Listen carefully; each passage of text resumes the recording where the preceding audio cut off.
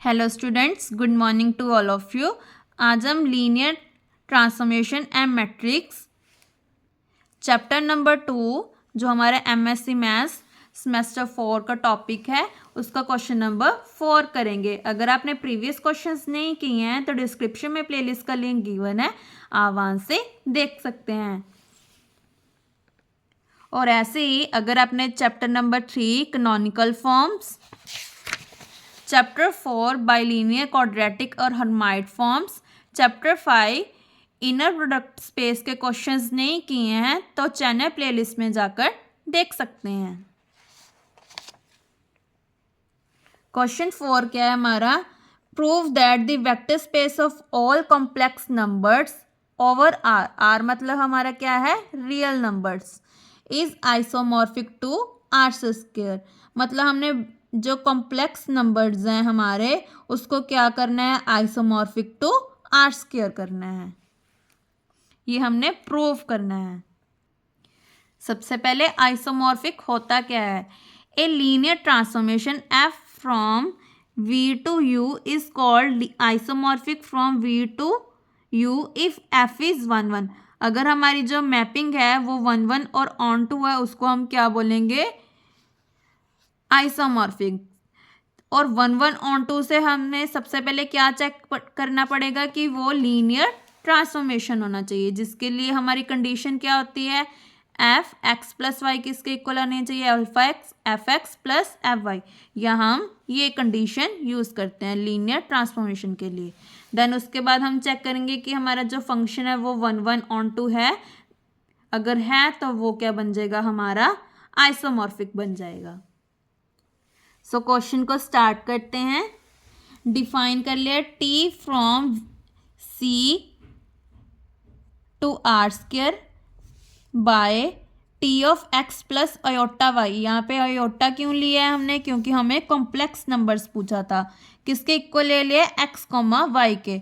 For all X plus iota Y किसको belong कर रहा है? हमारा सी। सी मतलब कॉम्प्लेक्स नंबर्स को, और एक्स वाई किसको बिलोंग कर रहे हैं? हमारे रियल नंबर्स को। तो उसके लिए हमें पहले क्या चेक करना पड़ेगा? Linear transformation. तो उसकी कंडीशन क्या होती है? Alpha Z1 plus beta Z2 किसके इक्वल आना चाहिए? Alpha T of Z1 plus beta T of Z2। तो पहले Z1 Z2 लेट कर लेते कि क्या होगा, इस टाइप के होंगे। x1 प्लस अयोटा y1 और Z2 क्या होगा? x2 plus iota y2।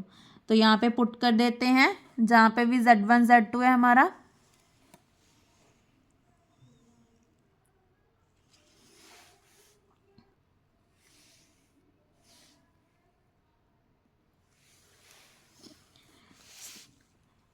Alpha T of alpha of x1 plus iota y1 plus beta, यहाँ पे Z2 की वैल्यू क्या है? x2 प्लस अयोटा y2, यहाँ पे पुट कर दिया। देन इसको सॉल्व कर देते हैं। Alpha x1 plus beta x2, यहाँ से अयोटा कॉमन निकाला, alpha y1 plus beta y2। Then उसके बाद हम क्या कर देंगे? हमारे पास किस फॉर्म का आ गया? ये फॉर्म का आ गया, तो इसको हम क्या लिख सकते हैं? x कॉमा वाई, क्योंकि ये किसकी इक्वल है? x कॉमा वाई के। x हमारे पास ये है और y हमारे पास ये है। देन उसके बाद हमने क्या किया? इसको फिर से सेपरेट कर दिया, alpha x1 comma alpha y1, क्योंकि इन दोनों को प्लस करेंगे तो हमारी ऊपर वाली टर्म बनेगी। यहाँ पे क्या आ गया? Beta x2 comma beta y2। Alpha common निकाला, बीटा कॉमन निकाला, ये किसकी इक्वल है? हमारा T of x1 plus iota y1। Similarly ये किसकी इक्वल है? T of x2 plus iota y2। तो हमारे पास ये टर्म बन गया। उसके बाद ये पूरी टर्म किसकी इक्वल है? Z1 के, और ये पूरी टर्म Z2 के इक्वल है। तो यहाँ से हमारे पास क्या बन गया? T of alpha Z1 plus beta Z2 किसकी इक्वल आ गया? Alpha T of Z1 plus beta T of Z2। तो ये बन गया हमारा लीनियर ट्रांसफॉर्मेशन। उसके बाद हमने क्या चेक करना है? 1 1 ऑन टू 1 1 की कंडीशन क्या होती है?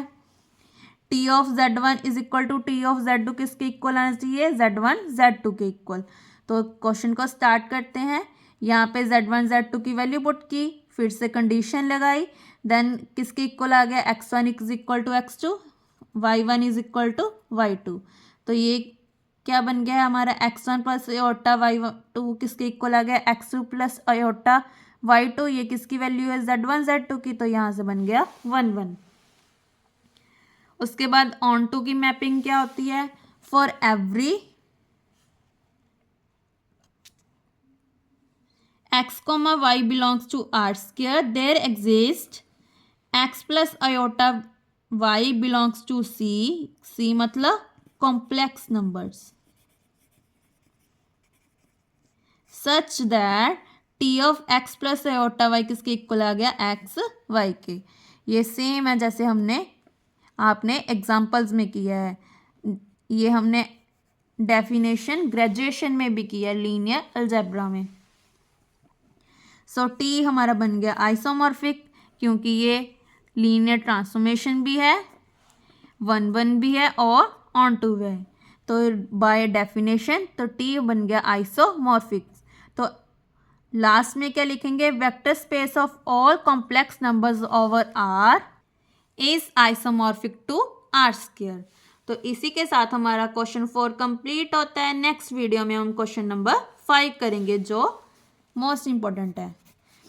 अगर हम क्वेश्चंस करते हैं तो इससे आपको जो एग्जाम्पल्स में डाउट है वो भी क्लियर हो जाएंगे, तो आपको क्वेश्चन प्रैक्टिस ज़रूर करनी चाहिए। Thank you.